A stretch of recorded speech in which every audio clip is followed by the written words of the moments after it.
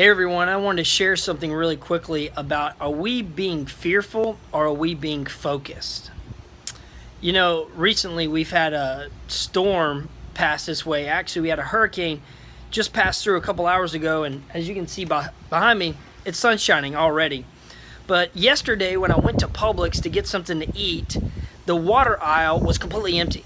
I mean, there was people pacing back and forth, getting all upset because they needed water and supplies for this storm that was coming. And it could be understandable to be prepared, but we can easily make actions out of fear.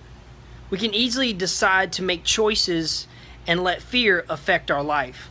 I remember growing up in South Mississippi, we experienced a lot of hurricanes and storms. And every time a storm would come through, my dad would be sound asleep, would never stay awake, would always sleep in his bed. And my mom and us kids, we'd be all huddled inside the living room playing games because nobody could sleep. And I would always think, like, man, my dad's kind of weird. Why is he always sleeping through these storms? And I was reminded out of Matthew chapter 8. And it talks about how Jesus and the disciples were in a boat and a storm hit. And Jesus was asleep in the boat. And the disciples were freaking out because water's coming in the boat. And they woke Jesus up and they're like, hey, what are you doing? Do you not care?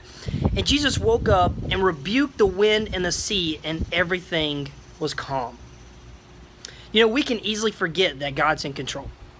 We can easily forget that He holds all the power over the storm and in our situation. And just like this hurricane, that it will pass. Whatever storm, whatever season that you're going through, that it will pass. And all we need to do is to be focused on God, because He's the one who has control over this situation and over what we're going through. And so I just hope that you can stay focused on God and not allow your actions to be driven by fear. And I just wanted to share, with all those people affected by the flooding in Louisiana, and even the people that are affected north of us with this hurricane, I just want to encourage you that no matter what this storm looks like in this season, that it will pass. That there will be sunshine, that there will be another season that comes after it.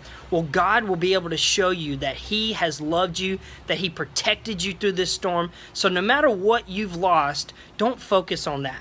Focus on what you have, that what God has protected in your life.